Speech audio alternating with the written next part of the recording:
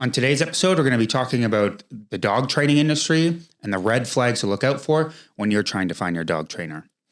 So there's a lot out there. There's a lot of trainers. There's hundreds probably in your city, thousands if you look at the ones that have online courses, thousands of social media accounts of dog trainers.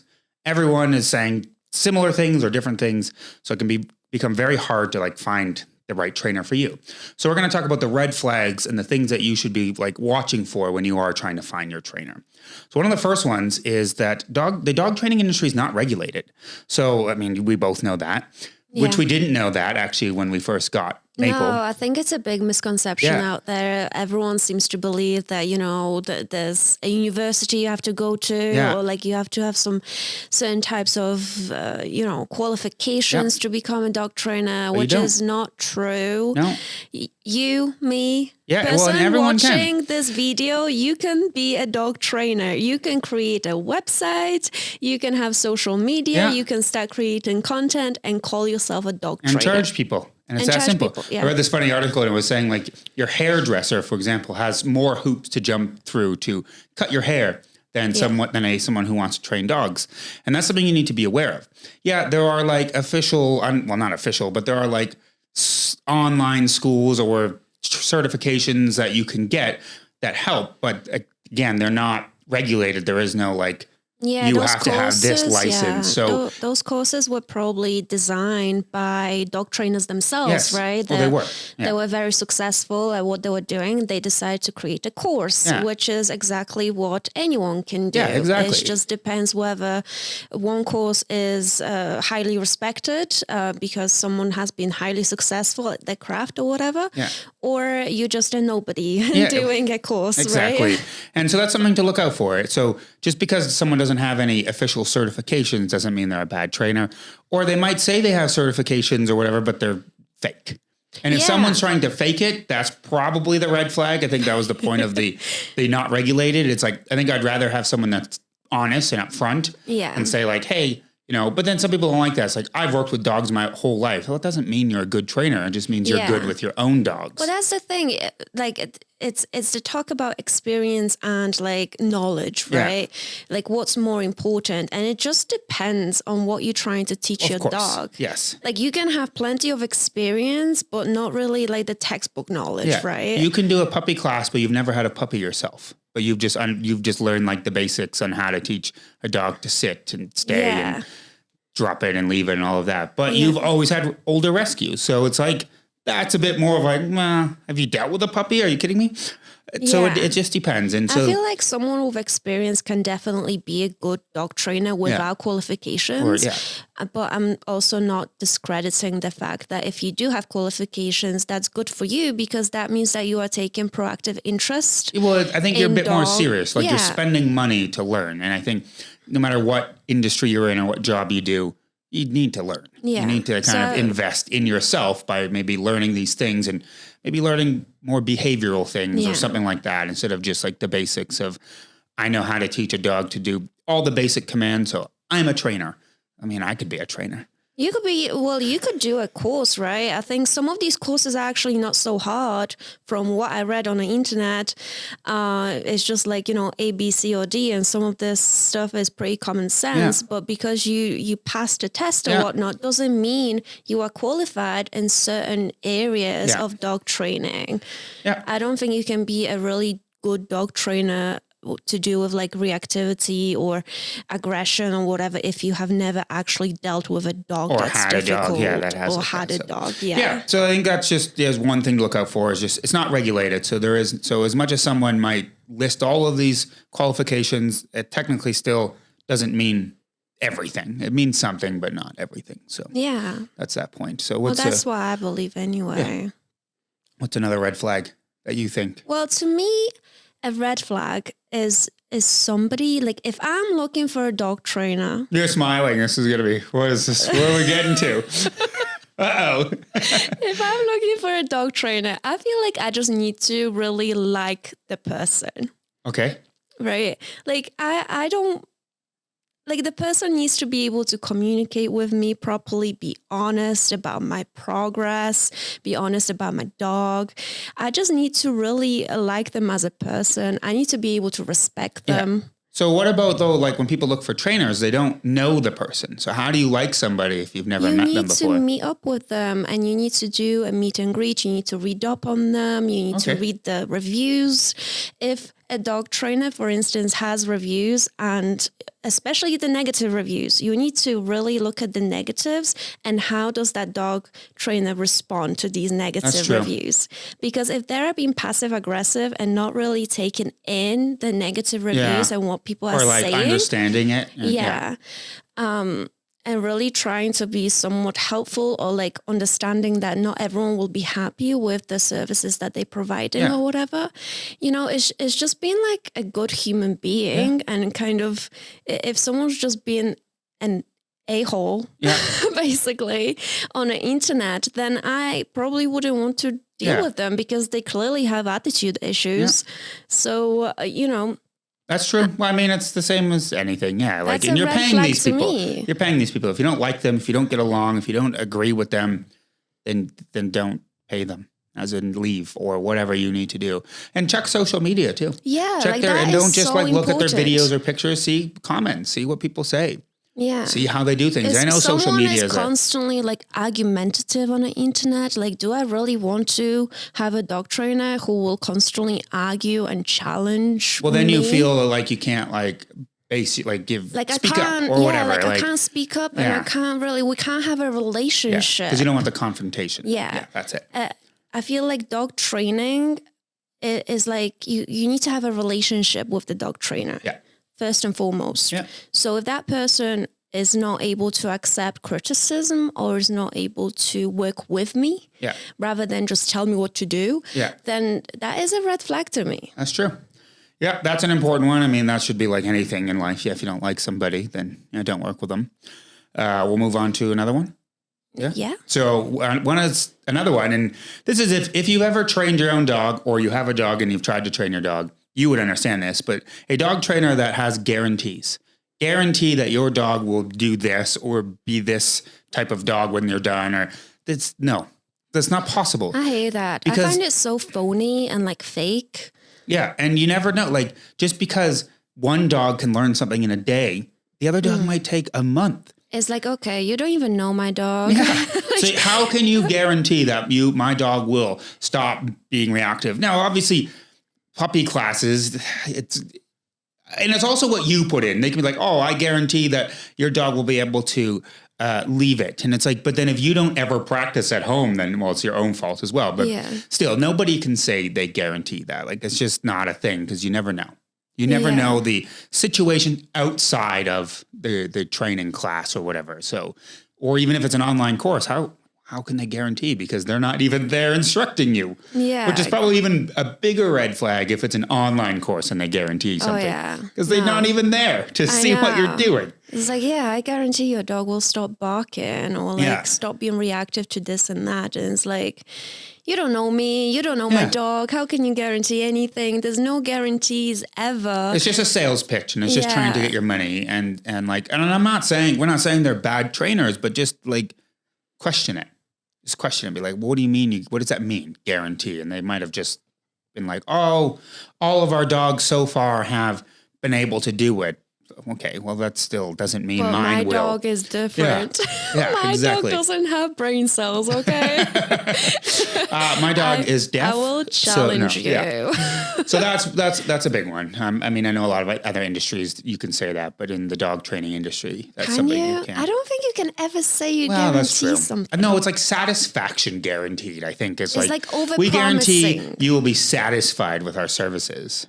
But then that's like money back guarantee. If you're not satisfied, we'll give you a refund. I feel like maybe that should be a thing. Yeah.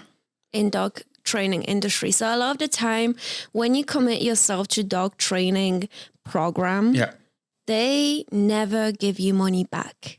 That's true. Because you're like taking a spot. And then it's like, well, if we don't want to. Because not all dog trainers are like 100% transparent in exactly what methods they use. Yeah. You don't know if you're going to come to your first class and be like, I hate it. Yeah, this is not for me. This is not for me. This training like method maybe or whatever. There should be like trial, Yeah. like trial period. Like And we're not one even saying class, like bad trainers. It's one like, class is for free, you know, if you like, come over to the second class. Maybe that's just the way to like establish that relationship. it's not a yoga studio. But I know what you mean. You have a point though.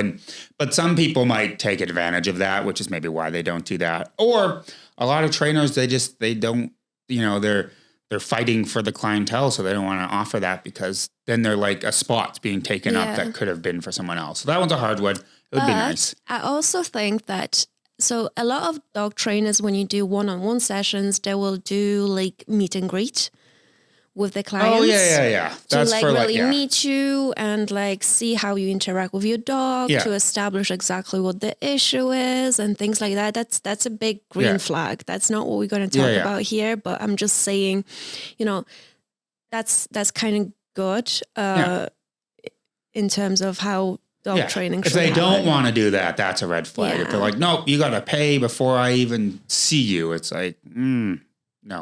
So, there you go. A deposit for something as long you as can't it's promise. refundable, then that could be okay. Yeah. But another red flag.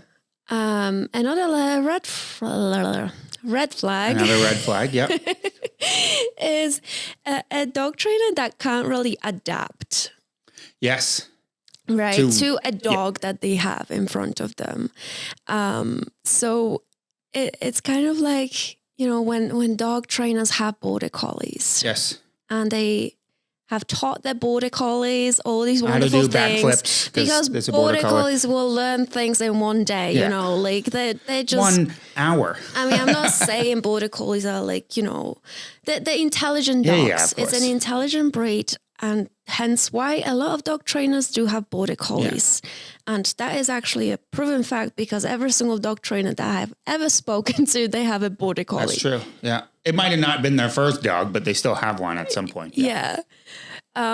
So for a dog trainer to like be able to adapt their knowledge and their skills to for instance, a dog that's a little bit more sensitive, like a dog choler, right? Yeah. Or a dog that's shy. Yeah, or a shy dog, or someone who's a little bit more fearful, or maybe like a pit bull, right? Who's got tendencies with aggression and things. Like someone who is not like knows just one way and one way only. Yeah. And this is how we're going to teach everybody everything. Yeah. Like to me, that's a red flag. And on that, actually, and it's not always just like a dog that's struggling.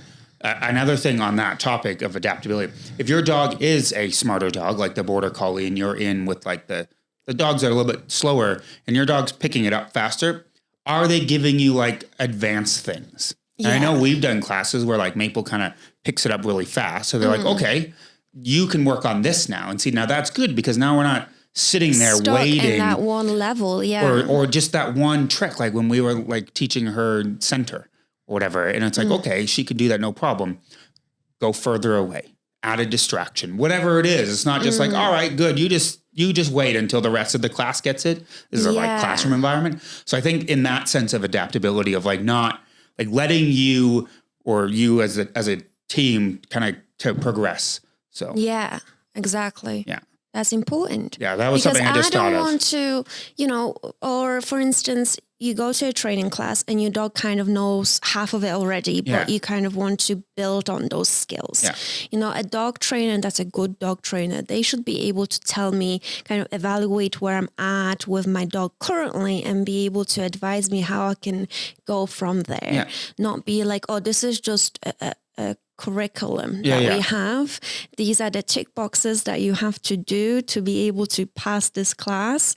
And that's all we're going to do. Yeah. We're going to stick to the strict thing and we're not going to divert from that at all. Yeah. To me, that's also like a massive red flag because I don't want to, you know, be stuck at that one level. Well, of course. Yeah. It's not like it's a waste of money, but it is at the end of the day. It's like, I'm above this, so like, or be, you know, not above this, like better than the rest of you, but you've worked. That's what we do. We work with Maple in between classes and all of that, so we can kind of progress a bit faster. But that's what we want to do, though. So that's a big one. Another red flag: if they offer or push a service called board and train. Yeah. So do you want to explain, I guess, what board and train is? A board and train is basically when a dog trainer takes your dog away from you, usually for extended amount of time. So for a week or up to, I don't know, a month maybe. Yeah. And Like full time. Yeah, like full 24 time. hours a day. Yeah, but also I've learned there's something that you can do. So the dog trainer takes your dog Monday to Friday, and then weekends they get at home. Oh, so that's also, I didn't know that. Okay. Yeah, that's also a possibility. I guess it depends because, dog training industry is not regulated. they so can they do can whatever do they whatever want. they want. You can, have 3 days on, 3 days off if you really want to. And the dog trainer takes your dog away from their natural environment, which is their home. Yeah. And they claim to train them this whole time, right? Or work on specific problems or issues that this And dog that's may when have. people would do board and train. It's normally not used for like the basic obedience kind of basic stuff. It's more of like my dog is pulling on the leash all the time on walks, or they're constantly barking, or they're whatever, destroying furniture, and I don't know. Normally people, decide to do this when they really have like a nightmare dog. Mm-hmm. Like not always, but usually that's normally because it's so expensive to do board and train. Like I'm talking thousands of dollars it costs to have your dog with a professional trainer working them allegedly 24/7. It's a very expensive commitment. So people only do it when they really have to. So why is it bad? Why is board and train not good? Not a good thing. I think it's a very passive method of training your dog. It's kind of being like, hey, I can't do it. Here's my dog. You fix him. Yes, which does just, if anyone owns a dog, you should know that's not how it works. If you don't know, well, now you do. Yeah. And also, so that's the first thing. It's a very passive method. It's a very kind of like, you deal with it and then come back being fixed. Mm-hmm. And, everything's going to be hunky-dory, which is not reality because that's also coming back to a point of guarantees, which is never guaranteed that they're actually going to be able to fix those problems. And the second point is you are taking that dog from the natural environment and from the people that they should actually live with, right? Well, listen to, learn from. So the problem with that is that dog normally will behave differently outside of their house. Yeah. So when the dog trainer takes them away from home and the dog parent is not there to supervise and to watch and learn of how this dog trainer is working the dog, how are they meant to take those skills from the board and train situation back to the house? Well, and that's the biggest thing. It's like you as training is just as much about training the human and the dog parent, if not more, than it is the dog. So cool. I can stop your dog from pulling on the leash when I walk the dog, but as soon as it comes back to you, you haven't learned what I know to continue that. Because just because your dog knows something, doesn't mean they'll like relapse and do it again or not do whatever. Sometimes you can put the dog through board and train for 2 weeks and then the dog trainer will tell you, oh yes, we have worked on this and that. Your dog has worked perfectly well with me. All these issues are resolved. Then the dog goes back to their house and they just go back to how they were behaving because one, the dog parent doesn't know how to train their dog still. And two, it's they're just used to their home, right? Well, and then another bad thing about that too is you don't know what they're doing. Yes. You don't know what type of training method. You don't know if they're using force, if they're using punishment, because you just spend a lot of money. They need to show results. And some trainers will do what it takes to show results. Positive training, I don't think you can achieve those results that quickly. No, you cannot. That's like this. We had an episode, most of our episodes, we always talk about how long everything takes and how patient you need to be and how proactive you need to be. So, and that's the thing. And they won't show you that. They won't tell you that. So then they're learning through force or punishment or negative whatever. You don't know. And so that's why. So then when your dog comes back home to you and you're not using that force or that negative or that punishment, they're not dogs going is to learn. confused. Yeah. Like, what the hell just happened? Like, where did I go? So yeah, I think that's like probably the biggest thing out of all of that. Is not that your dog will forget. It's like, you don't know what your dog is going through, and that could affect them in the long term, like for the rest of their lives. Especially if that trainer has other dogs with them as well. You know, they can focus all their attention on your dog.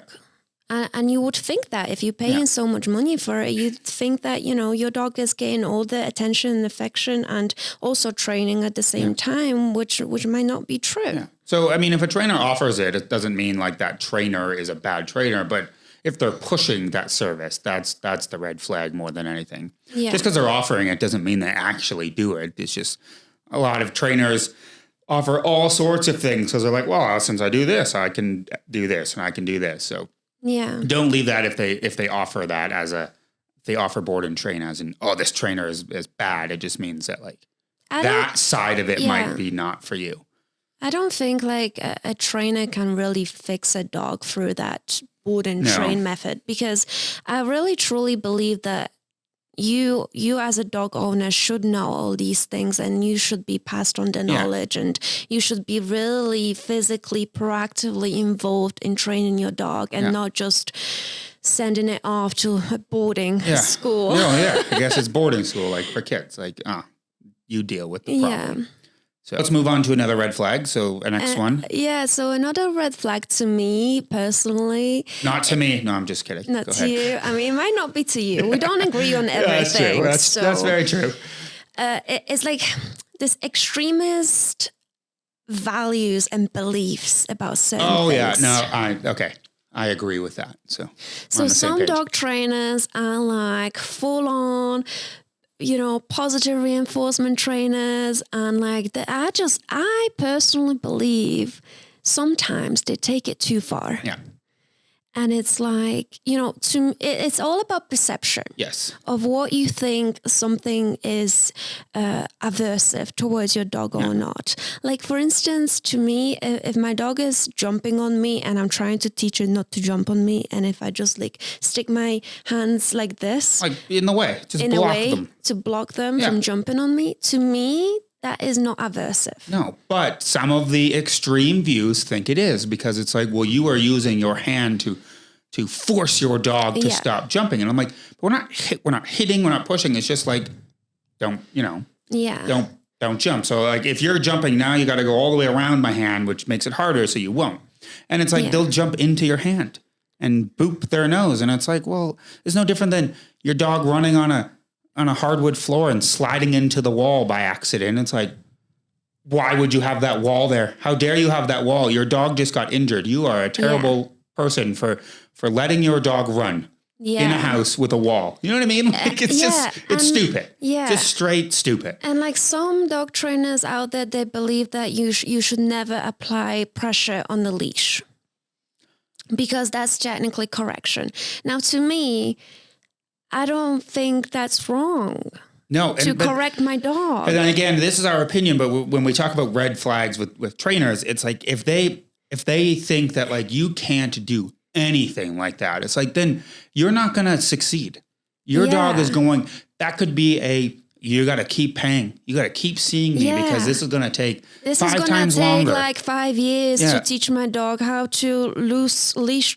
Walk next to me because I'm not allowed to use leash pressure. Yeah, but like one of the biggest things to do loose leash walking is like when your dog is pulling, you turn around and go the other way, which means now you're pulling your dog for like maybe a second. Yeah, like you're not hurting your dog. And so most people are fine, and that's okay. And that's fine. And this is the red flag. If you have a trainer that is like, no. And I know the positive reinforcement. But also the word no is bad. I know. Yeah, people that say that. And it's just like, we know the positive reinforcement, like we totally agree in positive reinforcement training. And that's great. And that's great that movement is going. But just like anything in life, there are the very, very extreme views. Just like there's the extreme people that only use force. They still believe in like literally disciplining your dog. And that's obviously a massive, that should be a common sense red flag. But you also remember that the people that are like on the extreme end of positive, to me, that's a red flag because it's like, how much can you really accomplish? Yeah. And how do you get past when they're not listening or repeat behaviors. And yeah, cool. They like to be rewarded, but every once in a while they just don't listen. Yeah. And again, you don't punish them, but it's like, and also if your dog is like, training's fine, everything's cool, it's a calm environment, and all of a sudden your dog is like super excited, and that's when they start jumping. Yeah. Just that day. And it's like, no matter what you say, they're not listening because they're just so overly aroused, and you just want them to stop. And yeah, there's all sorts of methods. I'm not saying use your hand, but people need to realize like there are other ways that are 90% positive. And that's what's important is that communication, like what are you comfortable with? What are you not comfortable with? And you know, like today, for instance, I have a very good example. Okay. So I have recorded a video of, there's a question going around, how do I stop my puppy from puppy biting? Yeah. Recorded a video of kind of demonstrating how we did it. Yes. So we did it in a way that we would squeal at Maple whenever she would bite us, because to us, it was kind of like a normal, that's how dogs play and set boundaries puppies, to themselves, right? A dog bites another dog a little bit too hard. They don't like it. They like yelp, squeal, whatever. Yeah. Backs away, right? That comment was removed from the positive reinforcement training group. Was it actually removed? Yes. So I'm only, because you told me about that. I wasn't home, but like that was today. And it actually got removed. Yeah. Why? The reason is because they only use fearless. And basically, to them, it was an aversive method. Well, because you startled her. Because I saw the video. Because it's on our YouTube. It's on this account. It's literally one of the shorts. So go and watch it. Seriously. It's like common sense. Yeah. And I watched it, and Maple was like a bit like, just like if a loud noise. What if... Oh, thunder. Oh, you can't live anywhere that has thunder because that startles your dog. That's an extremist. I can't believe you never told. This is ridiculous. It's an extremist. I'm like angry now. Yeah. Are you kidding me? It got removed. Yes. Because you startled your helpful. dog. Yes. Oh my. Well, your dog, our dog. I'm like, I can't believe that. It's an extreme view. Because so are you saying when dog and dog play together and one yelps, that's aversive? Yeah, that's so not what do you do with the acceptable? dog that yelped? I guess, well, you can't discipline them. Oh my goodness. It just kind of blew my mind. I didn't know this happened. I know you did a video. Replicating the behavior that a dog would do in its natural habitat. There's so many good resources and trainers that are like really good books, all of that say that. And they're 5 years old, maybe. This YouTube video is 4 years old. This book was 5 years old. And that's the problem.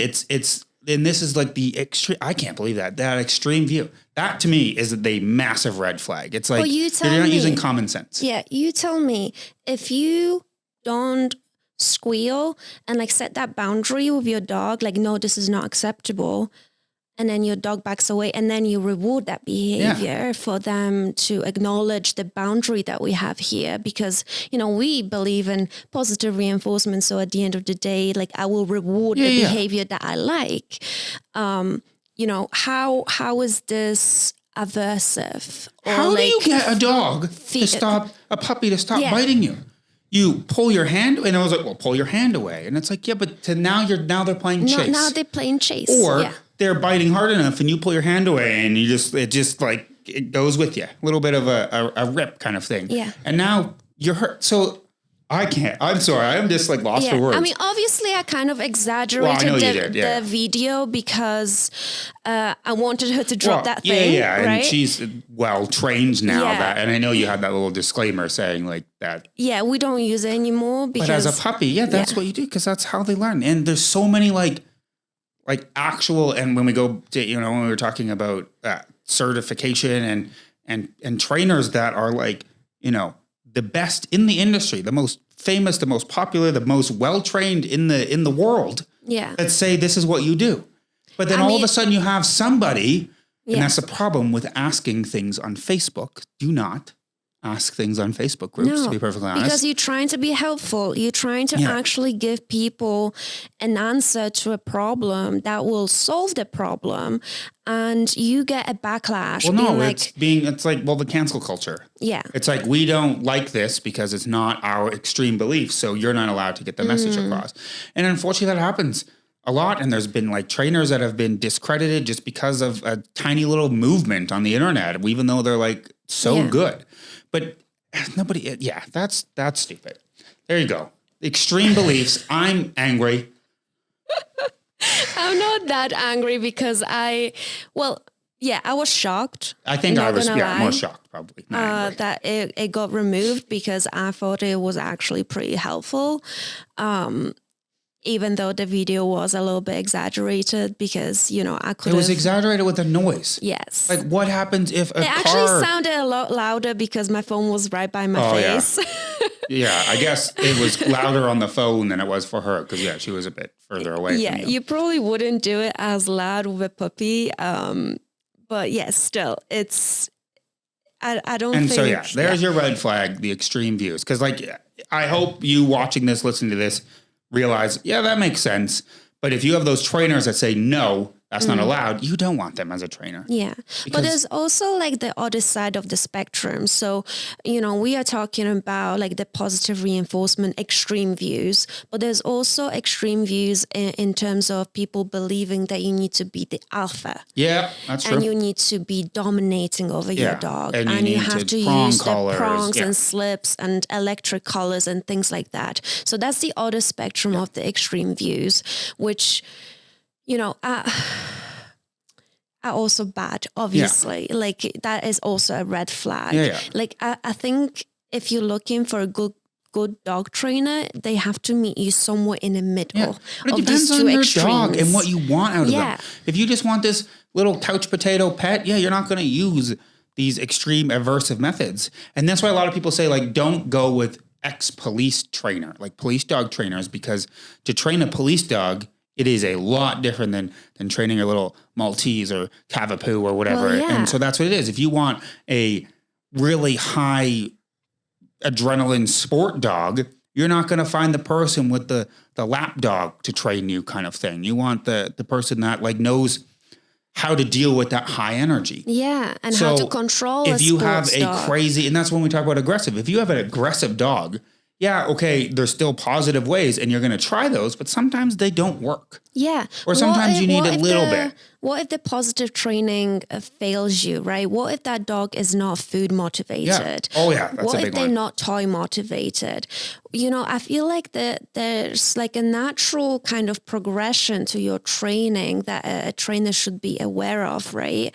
We're going to start with these softer methods. We're going to see how it goes. We're going to, see if we're achieving the goals that we have set out to achieve. Mm-hmm. And then we kind of going to go from there. Yeah. We're not going to go straight into electric collar. Well, and that's the red flag. If they're relying, and I think if they're relying on the tools to complete the training, that's not a good thing. Then you're not training the human. You're not training the dog. You're not training the human. You're literally using tools to train your dog, not you as an owner. Well, if you are involved in certain activities where you actually genuinely think that an e-collar would benefit you and your dog, do seek that trainer that will be able to teach you how to use that tool properly, right? But if you're just teaching your puppy to sit, stand, and not be reactive towards the environment, to be neutral, you're not going to put an electric collar on them. It's just common sense. You're going to put a prong collar on them. You're not going to put, if you have and I think that's when we go back to the adaptability point is as a trainer, if you have the extreme views, you're not adaptable. You're just this is the only way to train your dog. And that's red flag. Whether it's only way is through aversive and negative things, or the only way is the extreme positivity of don't even use the word no. Yeah, exactly. Don't put your hand out. Don't, just let your dogs run wild and hope for the best because you're treating them constantly. So the last red flag we want to talk about, and I want to just say something based on your story, is the lack of experience. So this is a big one. And again, this is depending on what type of training you want. So just for that example you talked about, it was the video and how it got removed. We don't know who removed it, whether it was a moderator or an admin, but this person that removed it, I'm going to just straight up assume does not have experience. Yeah. Because if you remove something like yelping or making a high-pitched noise for a half a second to stop your puppy from biting you, then you don't have experience with dogs. Like I'm straight up, like you don't. Or your one dog that you had didn't have that problem. Like that's a red flag. That was an example right there. But it is the lack of experience, and that's the lack of experience if you're trying to train. You're doing a flyball class, you're doing agility class, and that trainer hasn't gone to the top level of agility or hasn't competed in that level of agility. And they just learned how to teach it through a course. That to me, I don't want to learn from them. Yeah. So And it's also like loyalties, right? yes. With dog trainers. I think that's a whole nother episode. I never even thought about that. Oh yeah. So what we mean by loyalties is that if you start doing certain thing with one trainer and you like frenzy friends with them and you're having a good time, you're having beers together and you just feel like you have to keep doing everything with them. Yeah, right? otherwise they'll get mad at you or whatever and you have to keep That's a big red flag. Yeah. Because if you are worried that you're going to ruin a relationship between yourself and the trainer just because you are trying other trainers and other things. Or other atmospheres. That is a red flag. That trainer you don't want to be with, then they don't care. They just care about the money. They don't care about they care about keeping you dog. With them and be friends with you and having these like really weird even though they're teaching loyalties. Something that they don't really have that much experience to teach, just because their dog can do this at a basic level, but they haven't, say, competed in it. I mean, this is more like the higher end stuff or like specific things like the sports or the aggression or things like that. But I think that's when like your relationship with the trainer goes a little bit more beyond the trainee. I think as soon as you have a relationship with a trainer, you can't have that person as a trainer anymore. Just straight up. Yeah. Like, especially when you pay them. Yeah, if you want to like hang out and they do little mini training sessions for free, okay, fine. But the fact that you have a relationship and you're still paying this person, what the hell are you doing? But then on the opposite end of the spectrum of the experience is like everyone starts somewhere. So a lot of people that teach like puppy classes or basic obedience classes, they don't have a lot of experience. They took they might have done a little certification and they're working for like a training company or facility. That's fine. That's okay. Everyone starts somewhere. Like you said, I could probably train a basic obedience class based on what I've learned. But you know what I mean? Yeah. And so I have a lack of experience, but I do still know what to do. So don't discredit someone because it's their first class at this new facility. You know what I mean? It doesn't mean they have no experience in this location, but they might have had 10 dogs. But don't only use, I have had 10 dogs. They were all border collies, so I'm very no, not really. Just imagine someone having 10 border collies. Well, I'm also very skeptical over like young trainers. That's true. And this might be controversial. Okay. I'm curious of your thoughts. But I think someone who's like in the 20s and doing dog training. We're talking about like young 20s, or like mid 20s, late 20s. Because late 20s could be pretty old. Anyway. What are you saying? No, I'm just saying. Okay, carry on. A young person. Yeah, and they claim to be like experts in solving your reactivities and, just fixing your dog and things like that. Like I'm very skeptical over it because they've just not had that time to build that knowledge and that experience in dog industry and working with dogs to be able to really like help somebody who's really struggling. But what if they've been like doing it since they were like 16 with their first dog, and then 18 they got a job at like a doggy daycare, and then from there they moved up. When you're 16 and 18, you just go out drinking. You did. I didn't. You just go out drinking, you go out enjoying your life, you go traveling. You still maybe work. not in Canada, but yeah, like your head is not in the right place. So this is your opinion, though. I understand where you're coming from, but we might have some younger listeners that are going to disagree. And you know what? If you disagree with Magda, please let us know. I'm more just want to hear your opinion. I didn't say I'm discrediting Oh, them. no, I know. But you're just saying I that said like, I'm a bit skeptical. but it's no different than anything. It's like someone who has a construction business and they're 23 years old and they've been doing it since they were 16 versus someone who's 50 years old and they've been doing it since they were 16. It is that thing of like, if you have some young person that started their own business and they're charging this crazy premium price and it's like, should you be charging that much money? Yeah, exactly. I feel like the prices of your dog training should really reflect the experience. Your skill right. level. So if you experience. are just starting out and you are young and stuff, like obviously your prices are not going to be like bomb high, right? But if you're like experienced and older and you really know your craft and you're the only dog trainer that deals with specific, issue, so there's scarcity in the market, then allow yourself to have those higher prices. And the knowledge, if you come with questions and they don't know how to answer, and they might not know everything off the top of their head, but if they're not willing to find the answer, that's a thing. It's like, or they just make up some story, which they probably could do. But that's the thing. People go to dog trainers, because they don't charge a lot of money. That's true. But if they don't charge a lot of money, then maybe they don't have as much experience, right? So like as a dog parent, you really need to do your research. And figure out what's the best solution for your dog in your situation. And again, puppy classes, basic obedience, it's pretty straightforward. You honestly can learn all of that for free. The only benefit, I think, of doing it in a class is just getting them to listen in a new environment with other dogs around. Yeah, like being neutral. Yeah. So I think that's like the biggest thing. Socialization. A lot of those things, you can learn off of the internet. So that's where it's a good place. And that's a good place to do testing because there are a lot of trainers that might do multiple things. Start with a like basic course with them. If you goes back to point number 2, whatever, about likability. If you didn't really like them, if you didn't really like their methods, well, then you're not going to do the next level. I mean, we had that situation. We did a class and we're like, I don't think we want to do the next class with this for training people or whatever. And that's fine.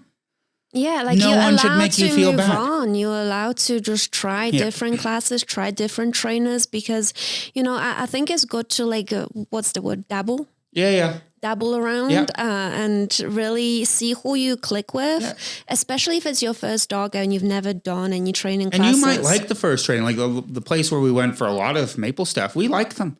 We liked them as a training facility. It was great. The only reason we actually went somewhere else is because we couldn't get in a class. They just kept getting booked up. But I'm happy we did. Like I'm happy we went somewhere, and I'm not saying they were better, but it was just nice for Maple to go somewhere else. Well, it was a nice change of scenery for us too, to go to a different place because now we meet new people. We learn about different things that we wouldn't have if you're stuck in this like clique friendship kind of thing where I only do things here. And it's like, that's fine, but there's so much out there that you're missing. And all of it might not be good. Like some of it might be bad, but that's what you think of for training. And, a lot of you might just be doing obedience training and that's fine. Find one place. But if you want to keep training your dog, which you should be doing, and keep doing different things, don't feel bad to like reach out, like look out there and see what else is out there. I think it's important also to mention that, you are going to train your dog differently to what someone else might need. So for instance, if you have a sport dog, you're going to train them differently to just a dog who's a pet. Yeah. Or you're going to train a service dog different as well. Or someone who is a working dog.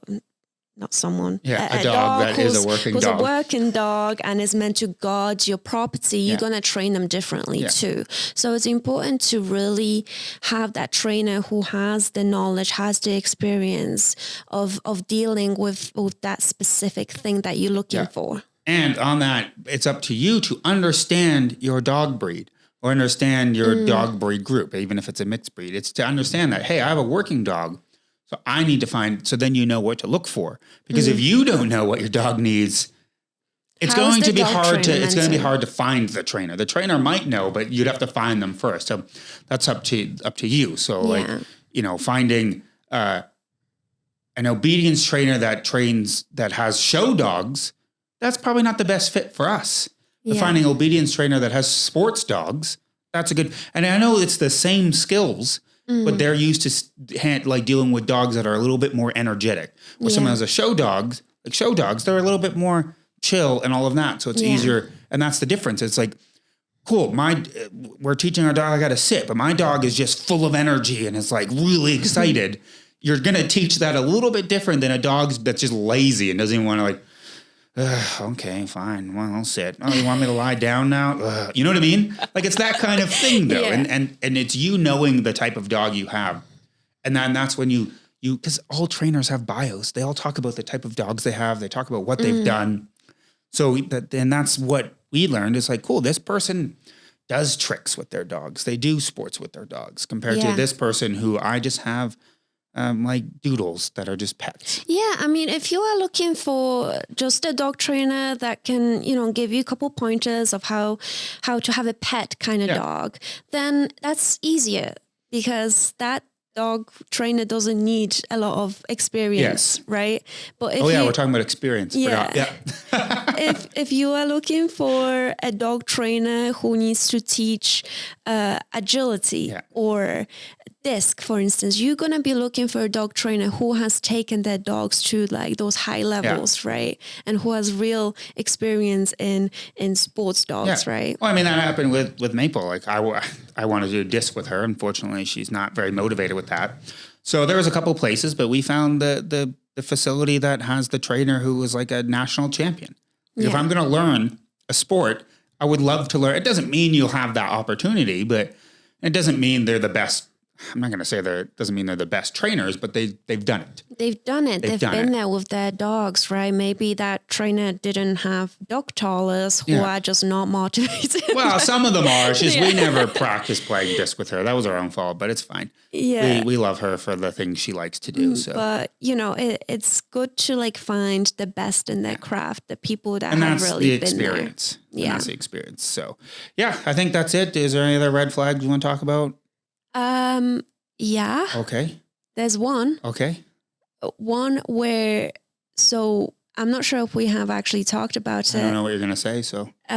Dog trainers who are not very honest and transparent on their website about the techniques that they use to train. Oh yeah, okay. Well, that's a red flag. That's okay. I think it's like trustworthiness, or I don't know what you call it. But see, you wouldn't know that until you worked with them. That's the issue. Because they don't. A lot of them don't like say, or they'll just be like, "Oh, positive reinforcement," but it doesn't mean anything. Like, what does that mean? Yeah. So I know what you mean, but a lot of them don't have that on their website, and it's an unfortunate thing that you don't realize until afterwards. Yeah, and I think they should. And so that one's hard, but that is a big thing. If they just say like, it's like, are you being honest on your or website? someone that says like, they're a balanced trainer, but they don't say how. Yeah. And that's fine. And I'm not saying balanced trainers are good or bad. Yeah. We're not having that discussion now. But if they're just like, we are a balanced trainer, it's like, well, what does that mean? You need to explain like do how. You still use treats? Yeah. Maybe you don't use treats. Then okay, if you don't use treats, what type of how do you of reward do you use? Right. Yeah. I need to understand. Is it methods. even reward based? I hope if it's not reward based training, then don't just run away. But you're right. That's a very big one, and I know there's still some of them that don't. Well, if you don't have a website, I'm sorry, that's probably a red flag. Yeah. Like they're so cheap to make. If you don't have a website, if you don't have like social media, most of them just have social media, and that's what they do. And it's like, have a website, okay? Yeah. If you don't have reviews, that's a red flag. Well, yeah.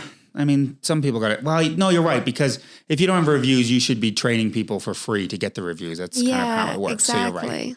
If you have no reviews, then you shouldn't be charging people. Yeah, you should be doing like a free course, or like, get 10 people to train for free to leave your reviews and stuff, in exchange for a review. So you're right. I mean, that's, you said, everyone has to start somewhere, right? But like, I think that the starting somewhere is like getting that experience and maybe not charging people straight away because you don't even know if you're going to like being a dog trainer. That's true. So like, you might, and that's the thing. You might love training your own dog, but when you got to deal with like a yappy little terrier, you're going to be like, oh my God, I can't. I think this job is not for me anymore. I don't think it's for me, to be honest. Yeah. We love dogs. That's kind of what I meant with like young trainers, right? Like they might not even know if they want to do this for the rest of their lives. There's a lot of them that just know they just love dogs. So they're like, I'm going to be a dog trainer. I mean, I love dogs. Yeah. Would I ever be a dog trainer? No. Because I don't have patience for other dogs and I just don't care. We can give advice, which is what this podcast is about. And this is what we do, even when we meet people in real life or in like Facebook groups and all that. But will we sit there with your specific dog and work out your specific problems? We could, but will I enjoy it? No. Yeah, I wouldn't. just love my dog and I love training my dog. And I love just educating people in general. I think and that's the whole reason why we did this. And I think I just want to like influence people to love their dog so much that they want to enjoy training them. And then, so on that note, just to let you know, we do have a Facebook group, and it is literally about that, to kind of help you a little bit with dog responsible dog parent. About how to be a responsible dog parent. And we have other people in the group that are trainers. Like we have the guests that have been on the show that are in the group that can help you out. And it's just more about just a general community for you all to come, and we can talk about dogs. And it doesn't have to be, I don't like all these groups. It's just like, how do I fix this? How do I fix this? It's like, let's see something fun. What's this cool, fun thing you did with your dog on this like long weekend or whatever country you're in, like a holiday weekend? That's what I want it to be about. It's like, how are you being a responsible, fun dog parent, not just. So check out the group. It'll be linked. It'll be linked below for the YouTube, actually, and on Spotify and all of that. I don't know if you can click it. Otherwise, you can just search the name in Facebook and find the group. So definitely join it, because we want to help you. And we want you to help other people if you, because that's the thing. We know sport dogs. We don't know, I don't know, whatever. Like working dogs. Dogs. So if you're really good and you like our content and you have a lot of experience working dogs, then, same thing. Like, it would be great for you to help people. So check out the group. It would also be interesting to find out from you guys, like, what are the red flags to you? Yeah. Because I think we can talk about red flags that we have. Yeah. Or what is a red flag that you learned afterwards? So have you worked with a trainer and you realized they were bad? What were the reasons? What were the reasons why you didn't like them? I mean, don't throw people under the bus or something like that, unless they're like really bad and they like abuse your dog. Then let's spam the internet of that. But no, we want to know as well. Let us know in the Q&A on Spotify or the comments below on YouTube, and let us know what are red flags, or what is a bad, I guess, experience you had with a trainer. Yeah. We're not all about negativity on the internet, but it's good to know. Yeah. I think we'll have to have an episode of positive trainers, Yeah, I mean, these are the red flags. We can probably do a green flag too. Well, yeah, it was just like the crate training one, the positives of crate training, and the bad way to do crate training. Yeah. So, I really just want to know, because it's all about perception, and these are our red flags. So don't come at us. Yeah. Don't be like, I'm a young trainer and I have 100 reviews. It's like, okay, that's fine. We just haven't experienced that where we live, or maybe it's just we're not looking for that. Everyone will have different red flags. These are ours. Mm-hmm. And I mean, we don't agree on everything too. I probably have harsher views than you when it comes to picking a dog trainer or where we want to go and train with our dogs. Yeah. So, and that's okay. Yeah. Like, we can all agree to disagree. Of course. It's not regulated, remember? Yeah. There's no rules There's no rules. Yeah, there's no rules or regulations in anything. There's no rules on what you want or don't want in a dog trainer. You can go to Bob next door and have them train your dog, and they're going to be the bestest dogs Bob ever. we had on the show, I think, is a really good trainer. So, yeah. Bob. Yeah. So don't use him as an example. I know. Bob I'm next just saying. door. No, but Bob, who we talked about a couple weeks ago, he's a good trainer. So. But yes, it's just funny the name you picked. Okay, but that's John Doe. Yeah, okay. John Doe. We haven't had a John Doe. Yeah. But yeah, that's it for this episode. So thanks for watching. Yeah, please let us know below about literally everything we just talked about and what are your thoughts on it. Again, don't forget to join the Facebook group if you haven't already. Same thing, like, subscribe, follow, rate, review, whatever you need to do to get this out there. Yeah, that's it. Anything else you want to add? No, Awesome. I don't. Cool. We'll see you guys in the next one. See ya. Bye for now. Bye for now. We said it at the same time.